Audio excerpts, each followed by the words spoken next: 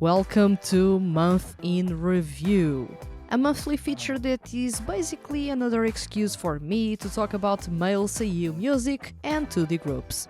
This month we had a couple of interesting releases that need your attention, and since no one participated in this episode, I've got it all for me. Let's kick off this episode. So, welcome to Monthly Review. This time around we have a whole lot of CDs to talk about. I'm going to keep it this short because I didn't get to review everything that dropped in July 2022. And also this is a special episode in a way because the Hand That Feeds HQ is 12 years old, so I'm also celebrating it.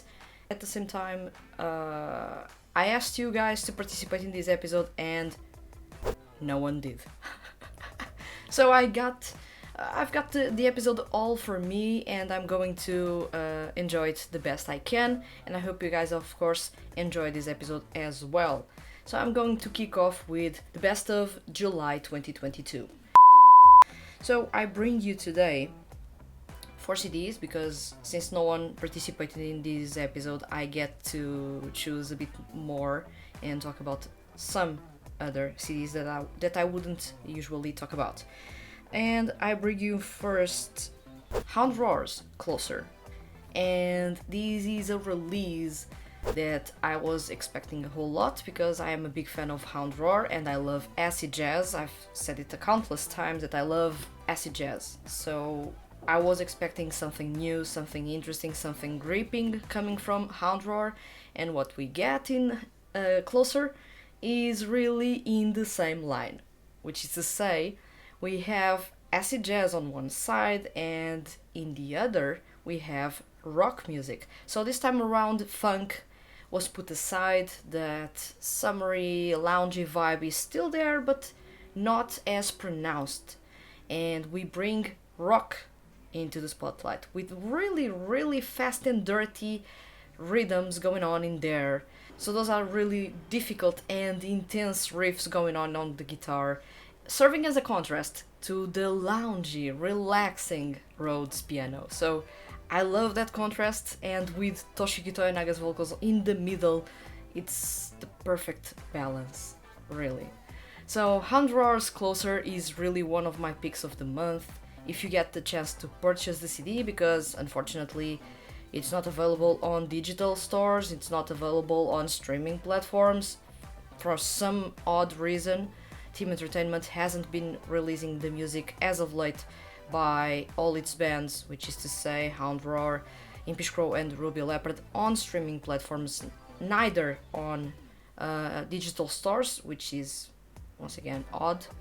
So the only way to get this song in its entirety is to actually purchase the CD. But it is a well recommended listen, and the drama CD is well worth checking out. And of course it's always Toshiki Toyonaga, so you will expect quality, you will get quality. That's the trade-off right there. So you are never spending money into something or on something that will be put aside. You will be spending money on something that will be listened to time and time again because it's Toshiki Toyonaga. Then we have Gakuto Kajiwara with Irochigai no Itotaba.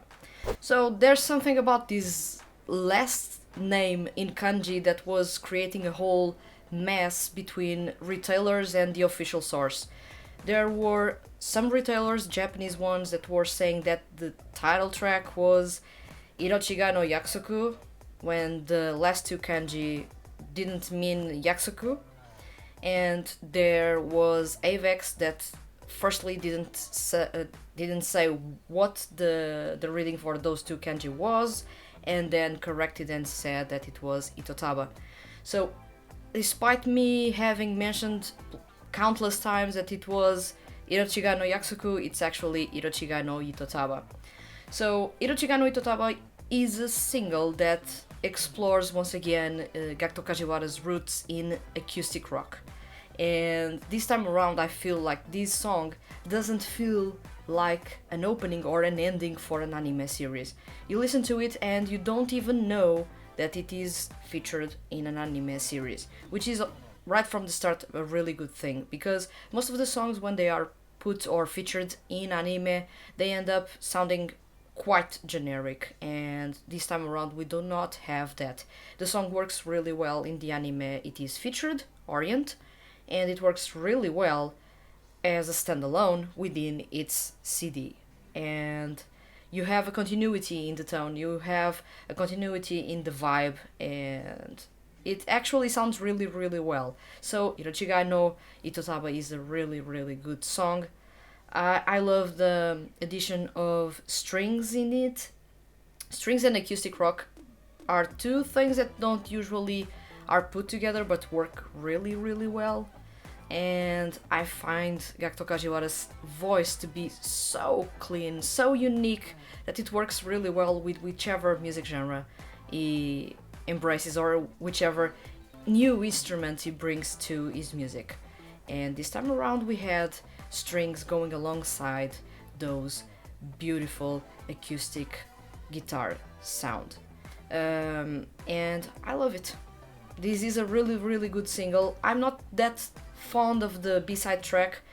I still rank it pretty high, but it's not really my favorite within the album or the CD. It's actually the title track, which is For Change, something that I do not usually say. Usually I'm not that fond of the title tracks, because those are the songs that summarize a CD, summarize a single, and I do not want to listen usually to the summarized version. I want to listen to the individual parts, and usually the summarized version is a bit watered down in comparison with the quality you have within a CD or a single.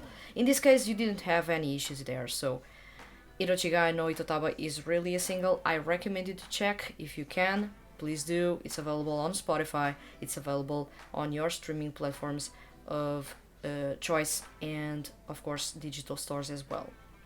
And now that AVEX changed a little bit its policy, the CD is already available for purchase as a physical edition for international fans. Let's clap for them, because this is the first time that AVEX does that since 2016. SparQlew's Neon. So, SparQlew is back now as a 4-piece group. With the departure of Shoichiba, the group now lacks a little bit on the vocal end, not having those masterful highs and not having that raspy edge that Shoichiba has on the lower end of his vocal range. So we have, as fans, you and I of course, have to come to this CD with a different mindset, because there's one vocal missing and the dynamic changed a bit. At least in terms of the quality delivered, it's noticeable if you pay closer attention that something is amiss. But as a whole, for someone that is first coming across the group, or if you do not pay much attention to the dynamics within the vocals, you will not notice that much the empty void that Shoichiba has left within this group. So as a 4-piece group, I was reluctant to actually review this CD. I thought that the group was going to return to its original sound, which I do not like at all. Apologies to all of you that actually enjoy that bubbly sound. I do not.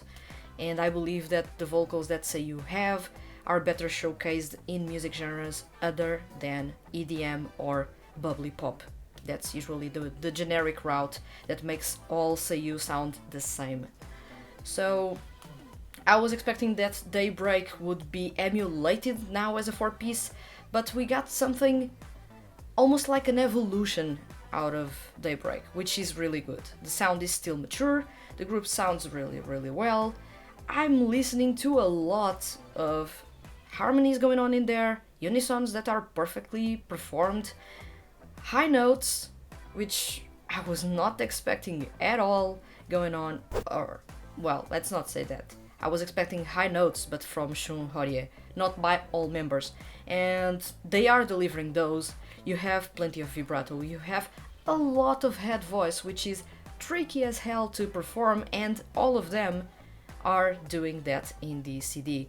This is a CD neon that is really with a retro vibe, not only from the visuals but the sound as well. There's a lot of funk going on in there, there's some jazz in there, there's some EDM but really contained in a loungy way, so you have a really almost like a chill out meets funk and disco CD. It's really fun, and it has a couple of ballads midway through to actually let those emotions quiet down a bit, for you to rest a bit, and then get to those energetic songs that are really tasteful to listen to.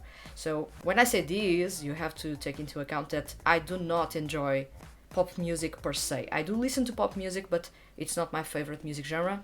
So for me to be praising pop music, especially SparQlew, it is a group that is well known for its bubbly pop sound, it's actually a sign that their sound is really genuinely good. And of course, I do recommend you to check it if you can. It's also available on streaming platforms of your choice, and as a digital release as well as a physical release. You won't be disappointed with the quality in this CD. I rank it pretty high, and by the end of the year, when I'm talking about the best albums of the year by seiyuu units and bands, Neon will be pretty high in that chart, because it's really almost flawless album. It's not on the same level as Daybreak. That album was surprisingly perfect, but it is really enjoyable, and I recommend it to check if you can, because it is a bundle of fun. I found myself enjoying the songs more than I was expecting, and the review took quite some time for me to wrap up because I was jamming to the songs. So do check it if you can. There's rock, there's pop, there's EDM, but subdued, and you have a lot of funk and soul and as well disco going on in there. So it is a CD that will cater to rock fans, as well as it will be a CD that caters to jazz and funk fans, even pop fans, or really, should I say, long-time fans. So this is a CD for everyone. I welcome you to check it if you can. And to wrap up this corner, it's KAGARIBI with Noroshi. So this was the CD that I was the most excited for, and as I am a big fan of the vocalist, this is the 2D franchise I love the most, and I was really excited about what the next chapter would sound like for every single band. And out of all bands, KAGARIBI is my favorite because of the heavy rock sound and of course the vocals by Soma Saito. So I was really excited about this, and Noroshi is really everything a KAGARIBI fan would want to listen to in a CD. It is aggressive, the title track, Noroshi, and it is really soft and loving in Meant to Be. So you have those two polarizing vibes and tones going on in there. The biggest change in the overall sound, it's not really about the sound, it's really about the voice. Usually Judah has a lower, raspier voice, even singing, and this time around you are listening to Soma Saito's voice clear as day. It is a high tenor performing the song in there. It's not Soma Saito performing as Judah, if you know what I mean. So you will be lacking that raspy edge to the vocals, but at the same time I can understand why that edge is missing from both songs. In the first song you do have some aggression, some violence going on in the guitars. The guitars are really prominent. I love the main guitar riff in that song, and the drums are so explosive, so hard hitting, and the bass line is crazy. That song has a lot of bass going on in there. If Soma Saito, who is not a baritone by any means, he can be a 4 baritone, if he goes into 4 baritone range, he then is within that bass range. He wouldn't be perceptible within that song. So the best way to make his voice noticeable without changing much about the composition or the mixing was to bring his vocals in a bit of a higher key than usual, which is closer to Soma Saito when he sings for his solo career, more so than when he sings as Judah. That's a big change. So you will be listening to that song knowing that yes, it's Soma Saito as Judah, but at the same time it doesn't sound like Judah, it sounds more like a solo track by Soma Saito. Then you go to Meant to Be. And Meant to Be is really a loving song. It's really an open declaration of love, so you have that. It carries over from the Raving Beat CD series, or the CD that was released back then, and that was titled Display. And you actually have now a really open declaration of love. The only thing missing there is actually for Judah to actually say the name of his girlfriend, and you basically would have that pretty open to everyone to know who he was talking about. So that's a song that has a softer tone in there. It goes really mellow in the verses and really intense in the chorus. It shows almost, I said it in the review that has yet to be dropped on the website, if you are catching this episode right when it drops. If you're catching it a bit later, it may already be on the website. But the review, or in the review, I wrote that it shows the two sides of Judah. So he is known as a tsundere character, which is to say a character that usually hides their emotions under a guise of being cold and distant and not really that interested, but they are actually really interested and passionate about it, or them.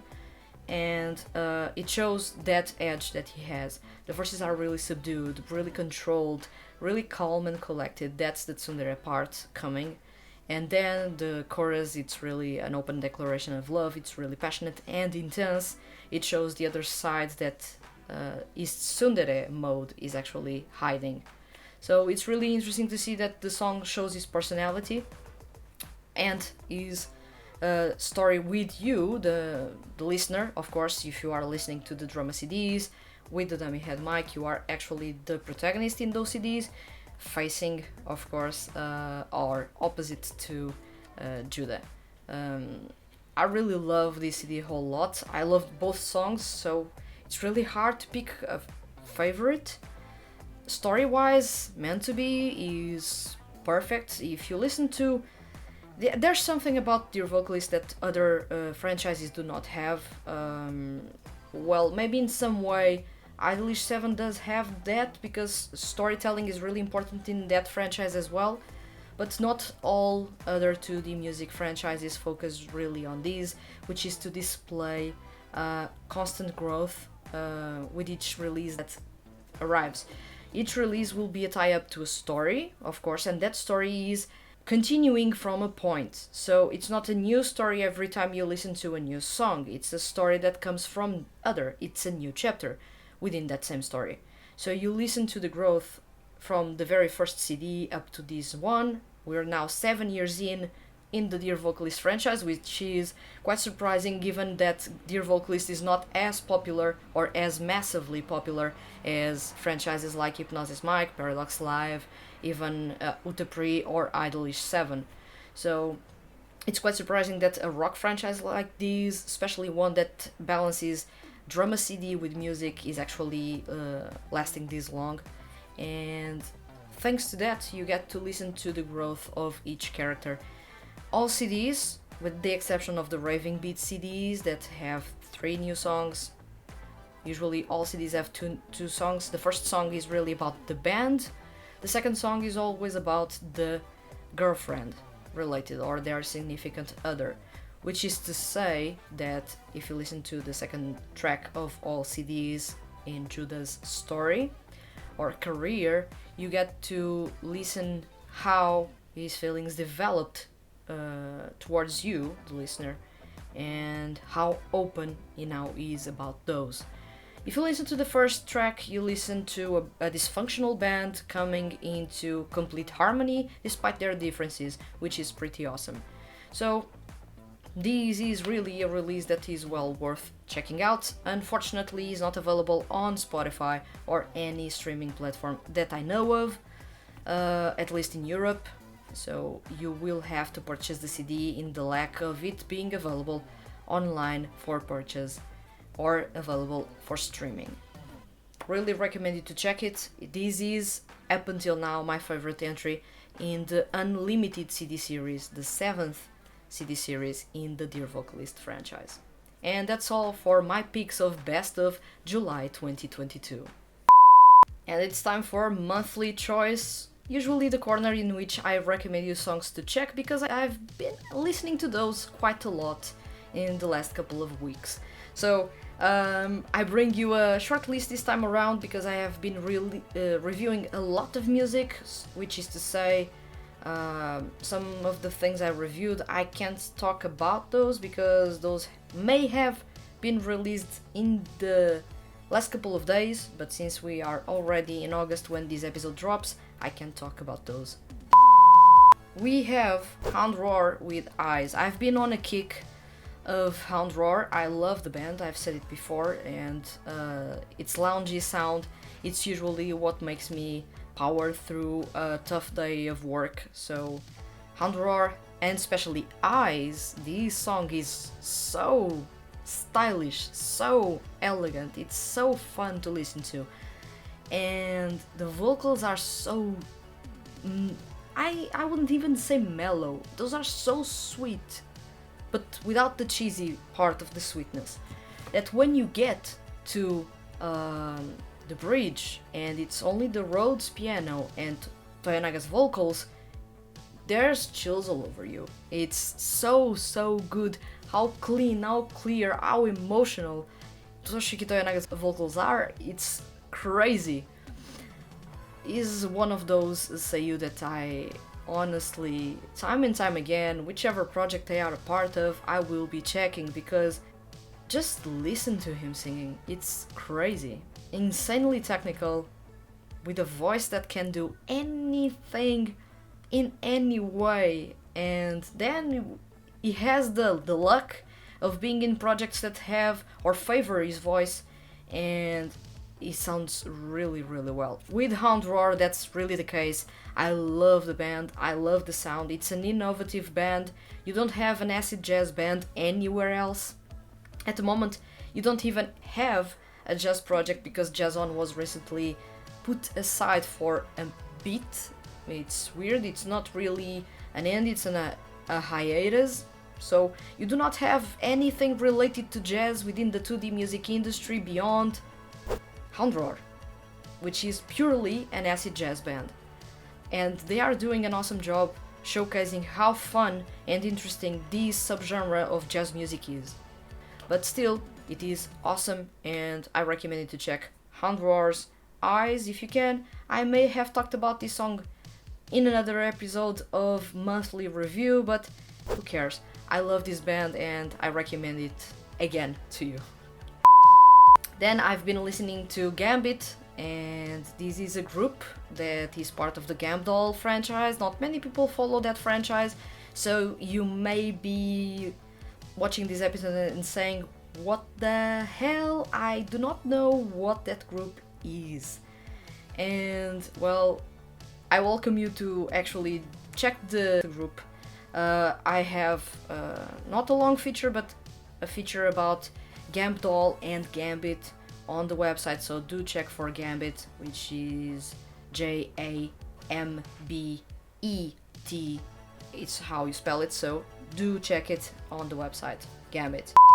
Stay Back is a song that is hip-hop, it's all about hip-hop, strangely as it is, but you have a really good lineup in there. And when you have Shoichiba, Yuki Sakakihara, Jin Ogasawara, Junta Tarashima and Taito in the same song, you are expecting a really awesome performance, really. So this is a song that has a really interesting edge. It's not really in the style of the same or the first song within that CD. That first song is made by Honeyworks, so you can expect it to be really peppy and bubbly, which is not really my thing. But when you get to the second track, Stay Back, which is the song that I'm recommending you to check, you have a hard-hitting hip-hop track with a bit of trap going on in there. And Yuki Sakakihara and Shoichiba are relentless in their rapping in this song. It's crazy how good they sound in it. So do check it if you can. SparQlew with Dance in the Twilight. So why SparQlew yet again? Because when I listen to a CD to prepare myself for a new CD, I listen to the previous one so that I can remind myself of what they did, how they did it, and what was missing or not from that CD. So I was listening again to Dance in the Twilight, and I love that song. It's really loungy R&B pop sound that you would usually find in K-pop back in 2016, which was the last golden era of K-pop, in my opinion. So it is really loungy, it is really stylish, it is a song that perfectly highlights the talents within the group and the vocal tones that you have there. I love that song a whole lot. It's perfect for the summer, of course, and since we are here in the summer, in the northern hemisphere, I'm enjoying it quite a whole lot, so it's really putting me in a really good summer vibe while I still am stuck in an office working every day. So awesome song, really fun, loungy vibes. If you love this type of music that gives you a vibe of enjoying the summer, watching the sunset, a warm breeze touching you lightly and everything. This is the kind of song that you will enjoy a whole lot.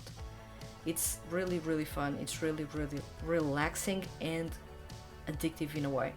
This is a song that I would have loved watching being performed live with the full group. Unfortunately, I didn't get to see that, and I believe the song was never performed by the full group live prior to Shoichiba's departure. So if it was, do let me know in the comments, because I would love to in some way grab a hold of that to watch how the song was performed live. But I believe it wasn't, because Shoichiba left the group before they could perform this live.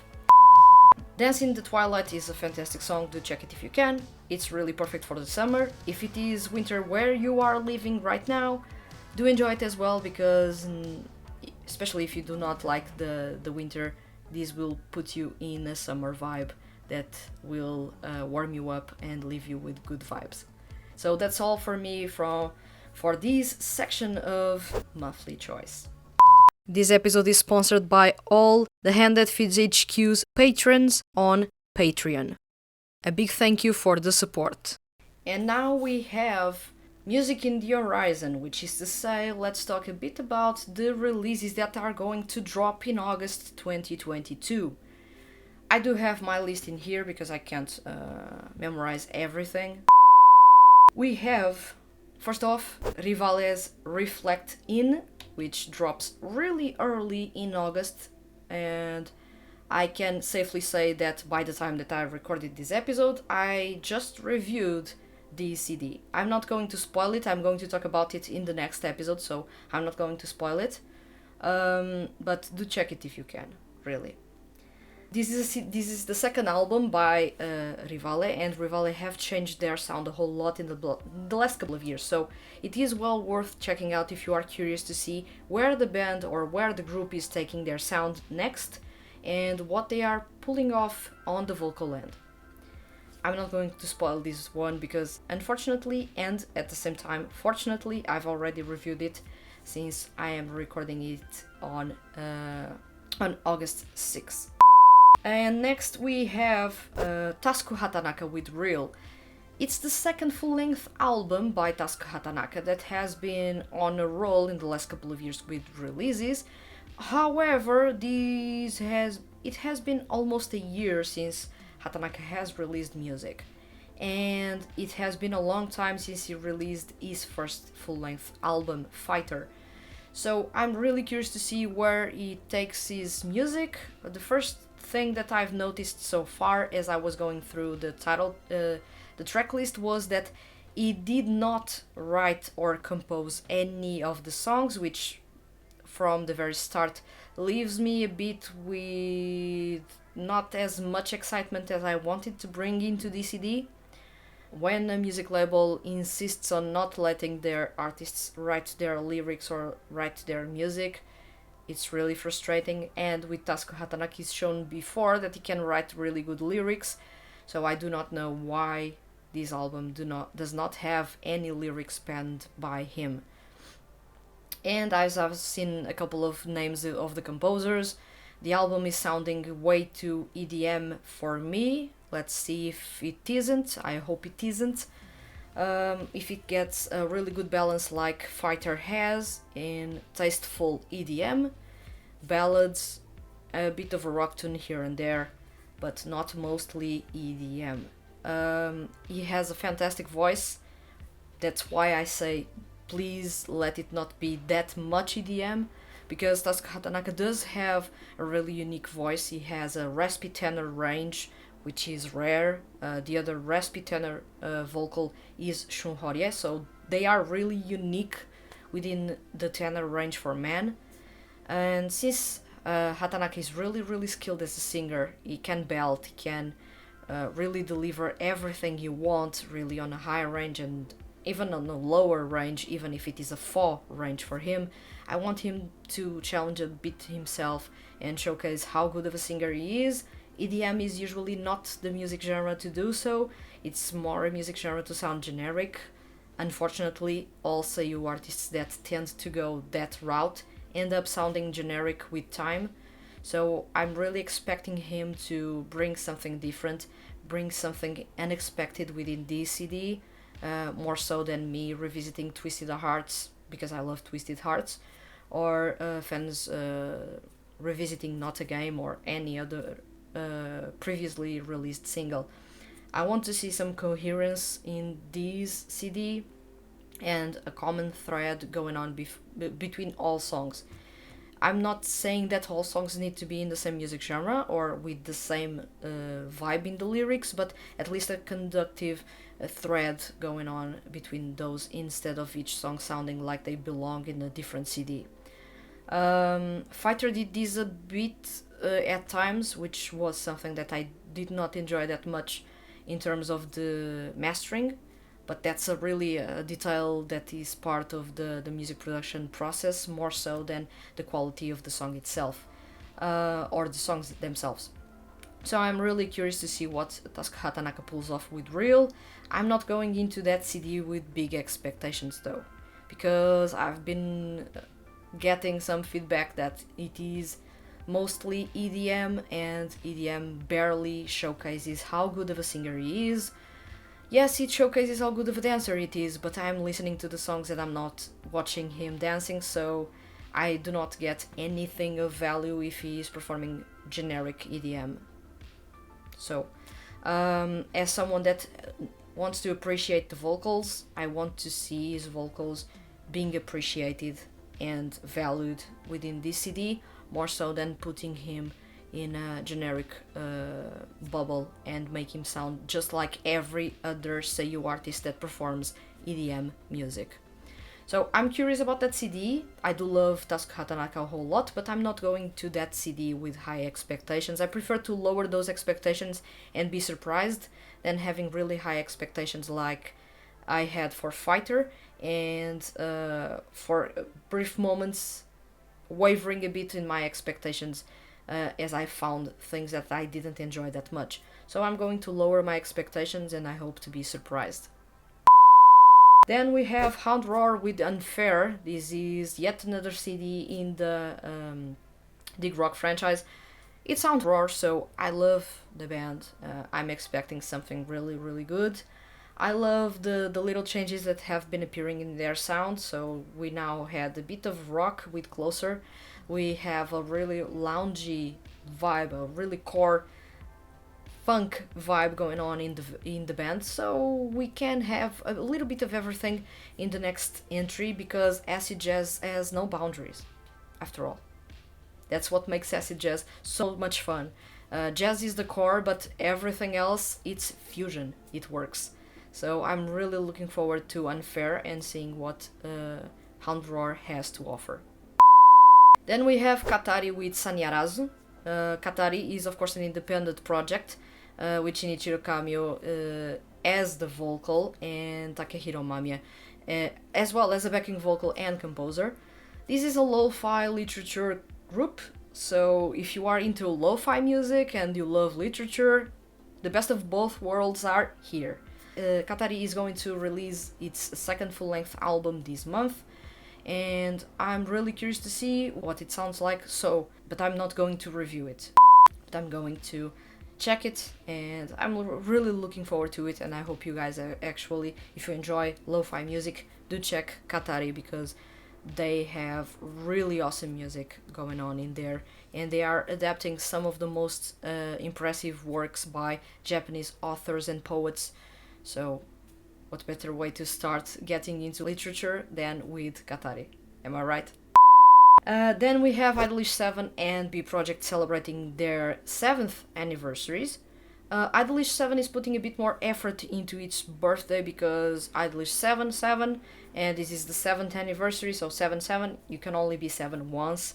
So they are celebrating it in a bit of a bigger way than B Project is, but B Project is delivering basically new singles by all groups, a bit like Idolish 7 was doing in the last couple of months with the releases of singles by Idolish 7, Trigger, Rivale and Zul. So we have this time around an ensemble song. I'm looking forward to listening to it, but I know for sure that the ensemble song with all members will sound a bit messy. I'm more looking forward to the versions for each group. Those will sound clean. Those I am sure will sound clean. And B Project, I have yet to review the singles released to celebrate the 7th anniversary that dropped in July, so I'm not going to put any expectations in the ones that are going to drop in August. I'm going to review all soon, and hopefully I have good insights by the end of the month. And then we have, to wrap up Paradox Live, The Road to Legend, Round 1, Rage. And after Fate, that was really interesting, we have Rage, and this time around I'm really looking forward to, because this CD doesn't have many groups that I enjoy. Most of those were in the first CD, Fate, so this time around I'm only rooting for Cosmes, and I want to see what Cosmes can pull off against Visti, which is a group that has a sound that I do not enjoy at all. So I'm going to go into this CD to see if anything interesting comes from Cosmes, and of course if any of the other groups that usually do not pique much my interest will actually stand out and impress me.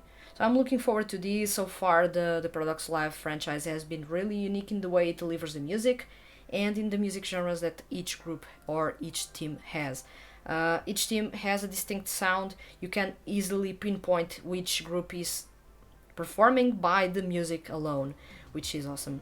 But yeah, Paradox Live is back in August with Rage, and I'm really looking forward to it. And that's all for me about the music in the horizon. And it's time for the Ask Vanessa corner. And I told you guys, and I actually told you that if no one participated, I was going to make this corner the Soma Saito corner. So no apologies given, nothing really. So if you do not like Soma Saito, you can skip this whole part. There's a chapter somewhere below this video, so do skip this part to the end, because I'm going to talk about Soma Saito a whole lot. So we had the release of Rakuen last month, or 2 months ago. 2 months ago? It was already 2 months ago? Wow. So Rakuen was released 2 months ago, and this song of course sounds like the end of the chapter. Soma Saito said on his radio, Strange Days, that it is with that aim that he created that song. It is an end of a chapter, a thank you for the journey so far. So what can come from these? These may be the opening chapter to another style of song, to another chapter of releases. I do not know, but as soon as I stopped a bit and checked the release list of the instrumental CDs that were going to drop from June up until October, I noticed that there is a pattern. So all CDs are being released on the 7th of every month. it was on June 7, July 7, August 7, it will be on September 7, October 7. So, what happens on November 7? I'm really looking forward to him actually making sure that the digital CDs or the digital instrumental CDs are dropping so that people can continuously get music from him, and then when that cycle wraps up, then a full CD drops. I don't know if he's going to pull that off. We will only know closer to the date. But November is as good as December, and he usually releases music by the end of the year.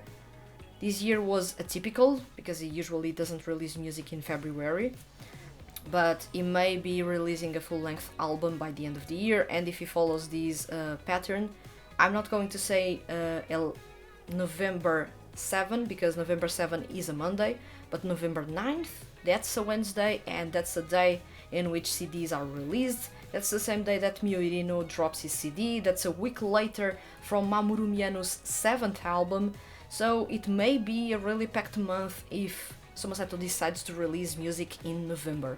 If he decides to release music in December, if he releases early on, 7th December, I do not know if it is a Monday or not, but the date closest to a Wednesday, he may be getting a really empty month of releases, and he may chart really high if he decides to go in December. I do not know what is the strategy by Sakura Music, but I'm really looking forward to see what their marketing team does this time around, seeing as there was no marketing behind My Beautiful Valentine and behind Rakuen. So those are two releases that had no publicity at all. And one of those ranked pretty high on Oricon's charts, and the other is really a big success on streaming platforms with over 50,000 listens on Spotify alone. So it is really interesting to see where Somasato's music is going. So me, as a geek about really good compositions and fantastic lyrics that really make you think and stop and analyze, I'm really craving his music right now, new music especially, because all the other music is already well listened to more than once, for sure.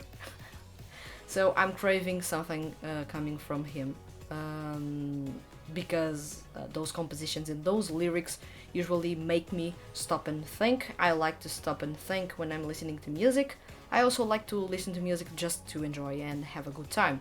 That's why I mentioned I like to listen to Hound Roar's Eyes. I'm not listening to the song because of the lyrics, I'm listening to the song because of the whole vibe and how that song makes me feel. With Somasato's music, it's a bit different. I'm listening to the music because I want to understand what is behind those lyrics. I want to understand why a certain instrument was chosen to be played at a certain time within the song, because everything has a meaning within Somasato's music. And you're not just listening to one instrument playing.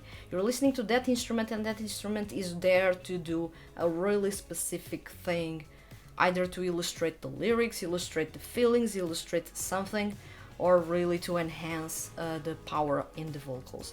So I'm looking forward to that. I want, of course, new music, as I'm sure many of you that are still watching this episode and are fans of Somasato will be expecting.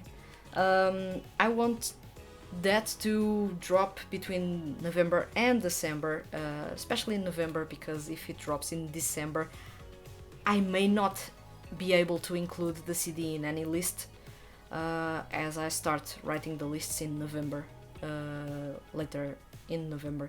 So I'm looking forward to that. I had this really weird idea that a CD may drop in November 7 or 9 because of the pattern that the instrumental CDs are following. Whether this is going to happen or not, we do not know. We may talk a bit about that later in August. If anything is announced, will be announced in August. at least for November, or if anything is going to drop in December, we may have news in September or October. So we may have to wait until later in August or later in September to get any news about a new album or new music by Soma Saito. I'm betting on a new full-length album, and I want it to be a new full-length album, but let's see what he can pull off. And that's all from me here in this corner about Soma Saito. Of course, I'm not going to extend myself too much, because you guys have things to do.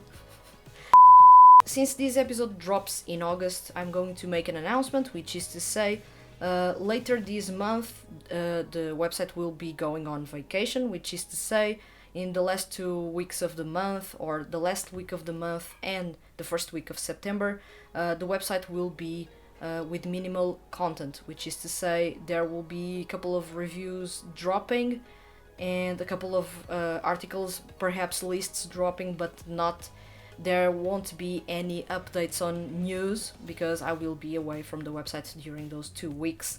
I'm going to take some time off to relax a bit.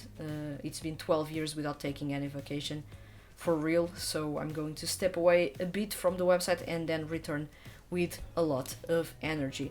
In the meantime, you will be getting the Seiyuu Lounge episodes every Friday. Those won't stop, and the out this week episodes on Mondays as well. And there may be some delays in terms of the monthly review episode. It may not drop in that first week of September. It will really depend on my available time.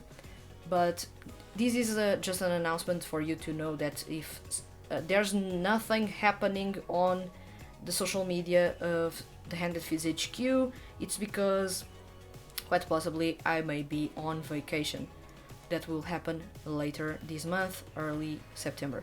So, in the meantime, you will be getting a lot of reviews. I've been wrapping up a lot of things on my side and making sure that most of the CDs I have yet to review are reviewed by the time that I go away and leave the website to its own devices. And you may be getting some lists there. It's been a while since I wrote a list feature. I want to write a list feature for this summer because there have been really good summer songs released in the last couple of months. So I want to create that list and possibly drop it on the website, or even create a Seiyuu Lounge episode about it. As well as another update is that the questions that most of you sent, or the topics that most of you sent for the 100th episode of Seiyuu Lounge, I'm going to start talking about those on Seiyuu Lounge's episodes. I've finally wrapped up the Vocal Chameleon series that covered 5 vocal chameleons. Now we're going to start talking about other things to add a different dimension to the podcast. It's going to be topics that you suggested, some topics that I remembered. One of the topics, of course, is going to be about music mixing, sound mixing, because I've recently reviewed Growth's Night Quartet, and to put it simply, because I saw some comments in the last episode, why didn't you talk about Night Quartet? Well, I hadn't reviewed that CD at that time, and honestly, thank God I didn't review that CD, because that episode would have been all about how awful the mixing is in that CD. I'm going to create an episode all about sound mixing to, in a way, show you how a good mixing can make or break a song. But I hope that you guys can learn new things and understand why sound mixing is so important, and why music labels, especially those that house 2D music, shouldn't look at the sound mixing as a second-rate addition to a song. It's actually one of the most important things that you can have in a song. As I'm going to wrap up this episode, thank you very much for watching it. I hope you guys enjoyed the music this month. I hope you guys as well do participate in the next episode. I do not know. If you guys do not participate in the next episode, I'm pretty much okay. I'm going to talk about Soma Saito again, so this is going to turn into a corner that everyone is going to hate. At least those that are not fans of Soma Saito. But we have interesting and exciting releases dropping in August, so I hope you guys are at least excited about those. There's plenty of music for you to enjoy, from rock to pop to dance to jazz and now even to reggae. So you have a lot of music to enjoy. I hope you guys at least found anything interesting in July. If you have found anything and I haven't talked about it, please do leave that in the comments and let me know why you enjoyed that CD or those CDs. And do let me know if you are interested or excited about anything for next month. And of course, I look forward to reading your impressions or your expectations in the next episode. So I do look forward to that, and I hope you guys enjoyed this episode. See you guys soon.